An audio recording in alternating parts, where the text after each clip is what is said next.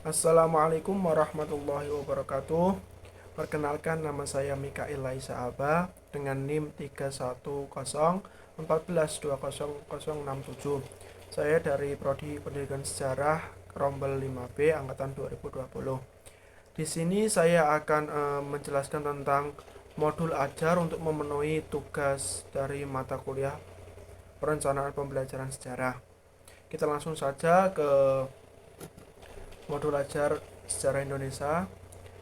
Yang pertama adalah ada informasi umum.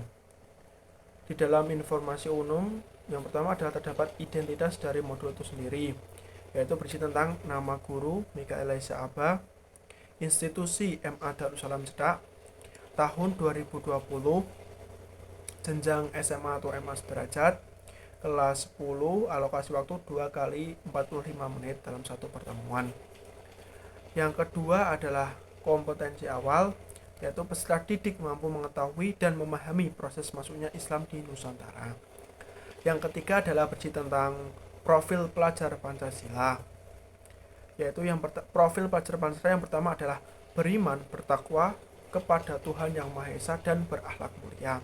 Maksud dari tersebut dalam penerapannya adalah pelajar Indonesia yang beriman, bertakwa kepada Tuhan Yang Maha Esa dan berakhlak mulia adalah pelajar yang berakhlak dalam hubungannya dengan Tuhan Yang Maha Esa. Ia memahami ajaran agama dan kepercayaan serta menerapkan pemahaman tersebut dalam kehidupannya sehari-hari. Ada 5 elemen kunci beriman dan bertakwa kepada Tuhan Yang Maha Esa dan berakhlak mulia. Yang pertama adalah akhlak beragama, yang kedua adalah akhlak pribadi, yang ketiga adalah akhlak kepada manusia, yang keempat adalah akhlak kepada alam, dan yang terakhir adalah akhlak bernegara. Profil pelajar Pancasila yang kedua adalah kebinekaan global. Maksud dari kebinekaan global dan dalam penerapannya adalah pelajar Indonesia mempertahankan budaya luhur, lokalitas dan identitasnya dan tetap berpikiran terbuka dalam berinteraksi dengan budaya lain, sehingga menumbuhkan rasa saling menghargai dan kemungkinan terbentuknya dengan budaya luhur yang positif dan tidak bertentangan dengan budaya luhur bangsa. Elemen dan kunci kebinekaan global meliputi mengenal dan menghargai budaya, kemampuan komunikasi interkultural dalam berinteraksi dengan sesama, dan refleksi dan tanggung jawab terhadap pengalaman kebinekaan. Yang ketiga adalah kreatif.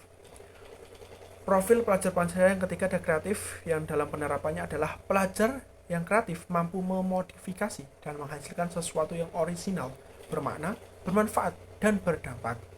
Elemen kunci dari kreatif terdiri dari menghasilkan gagasan-gagasan yang orisinal serta menghasilkan karya dan tindakan yang orisinal. Profil pelajar Pancasila yang keempat adalah gotong royong. Maksud dan penerapannya adalah pelajar Indonesia memiliki kemampuan bergotong royong, yaitu kemampuan untuk melakukan kegiatan secara bersama-sama dengan sukarela agar kegiatan yang dikerjakan dapat berjalan lancar dengan mudah dan ringan. Elemen-elemen dari bergotong royong adalah kolaborasi, kepedulian, dan berbagi. Profil pelajar Pancasila yang kelima adalah mandiri. Maksud dan penerapannya adalah pelajar Indonesia merupakan pelajar yang mandiri, pelajar yang bertanggung jawab atas proses dan hasil belajarnya. Elemen kunci dari mandiri terdiri dari kesadaran akan diri sendiri dan situasi yang dihadapi serta regulasi diri. Profil pelajar Pancasila yang terakhir adalah bernalar kritis. Maksud dan penerapannya adalah pelajar yang bernalar kritis mampu secara objektif memproses informasi baik kualitatif maupun kuantitatif, membangun keterkaitan antara berbagai informasi, menganalisis informasi, mengevaluasi, dan menyimpulkannya. Elemen-elemen dari bernalar kritis adalah memperoleh dan memproses informasi dan gagasan, menganalisis dan mengevaluasi penalaran, merefleksi pemikiran, dan berproses berpikir, dan yang terakhir adalah mengambil keputusan. Oke, lanjut adalah sarana dan prasarana yang digunakan dalam modul pembelajaran ini adalah yang pertama adalah komputer atau laptop, yang kedua LCD proyektor, yang ketiga adalah buku sejarah Indonesia kelas 10, yang keempat adalah media pembelajaran PowerPoint, yang kelima adalah lembar kerja peserta didik. Selanjutnya, jumlah peserta didik yang ditulis dalam modul ini adalah 26 orang. Kemudian target peserta didik adalah yang pertama peserta didik reguler, yang kedua adalah peserta didik kesulitan belajar, yang ketiga adalah peserta didik pencapaian tinggi. Model pembelajaran yang digunakan dalam modul ini adalah problem based learning, atau yang kedua adalah komponen isi.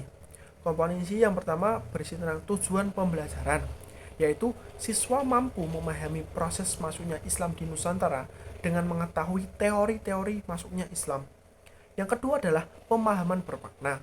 Dengan mempelajari materi masuknya Islam di Nusantara, terdapat pembelajaran bagaimana agama Islam bisa masuk ke Nusantara dan melalui teori apa saja Islam dapat masuk ke Nusantara.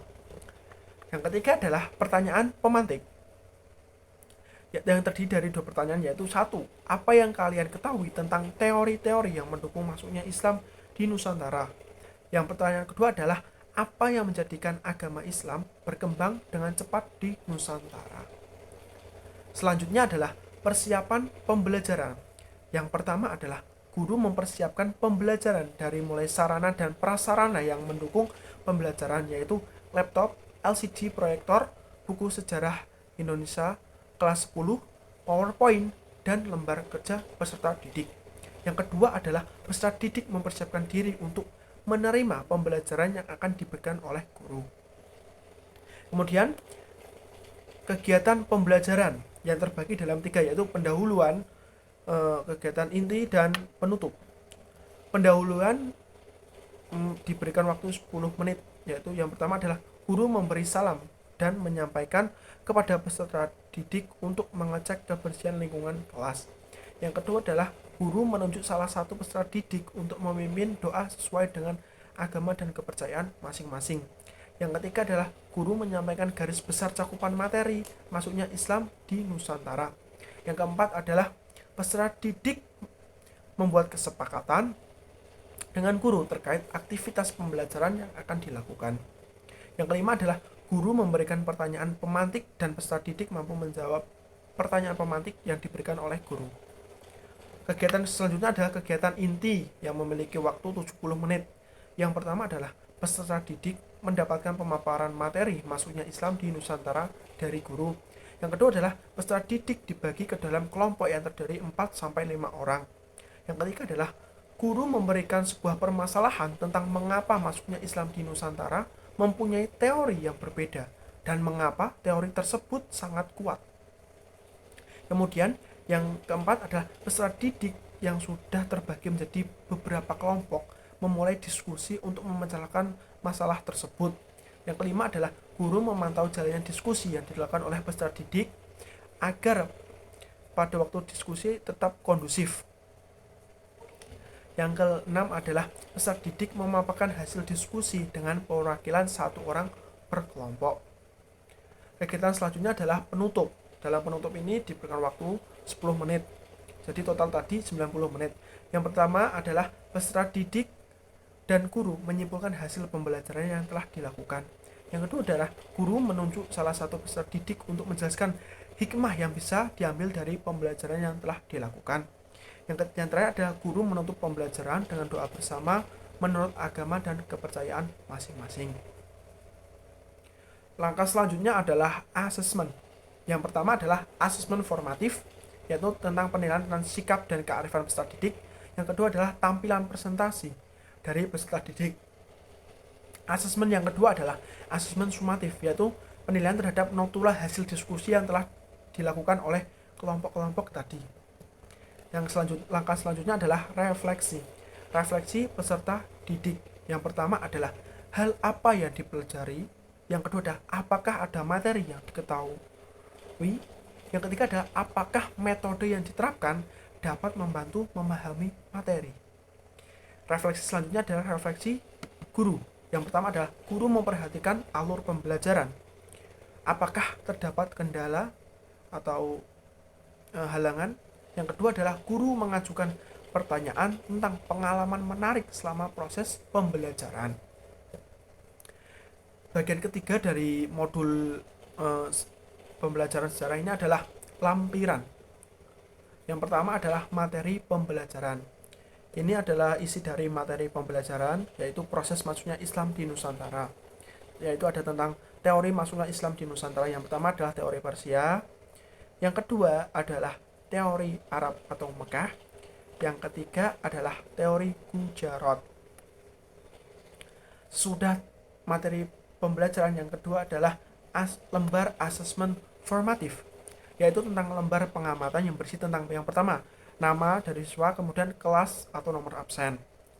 Terdapat 5 tahapan dalam lembar asesmen formatif ini yang memberikan nilai sangat baik, yaitu terdiri dari nilai 85 sampai 100. Yang kedua adalah baik, yang terdiri dari nilai 75 sampai 84. Yang ketiga adalah kurang, yang terdiri dari nilai 50 sampai 74. Yang terakhir adalah nilai sangat kurang, yang terdiri dari yang berisi tentang nilai 50 ke bawah. Tahapan yang pertama adalah orientasi peserta didik pada masalah.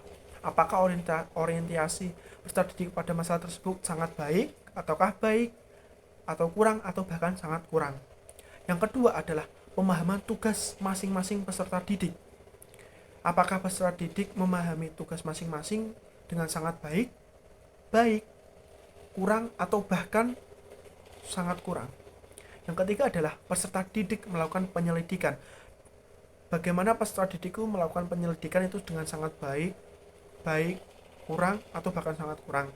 Yang keempat adalah peserta didik melakukan diskusi terhadap temuan dari penyelidikan. Sudah melakukan penyelidikan, peserta didik akan melakukan diskusi. Ya, diskusi itu berisi sangat peserta didik mempunyai peranan yang sangat baik, kurang, atau bahkan sangat kurang. Yang terakhir adalah peserta didik memaparkan hasil diskusi. Setelah diskusi, peserta didik akan memaparkan hasil diskusi tersebut. Apakah pemaparan tersebut sangat baik, kurang, atau bahkan sangat kurang.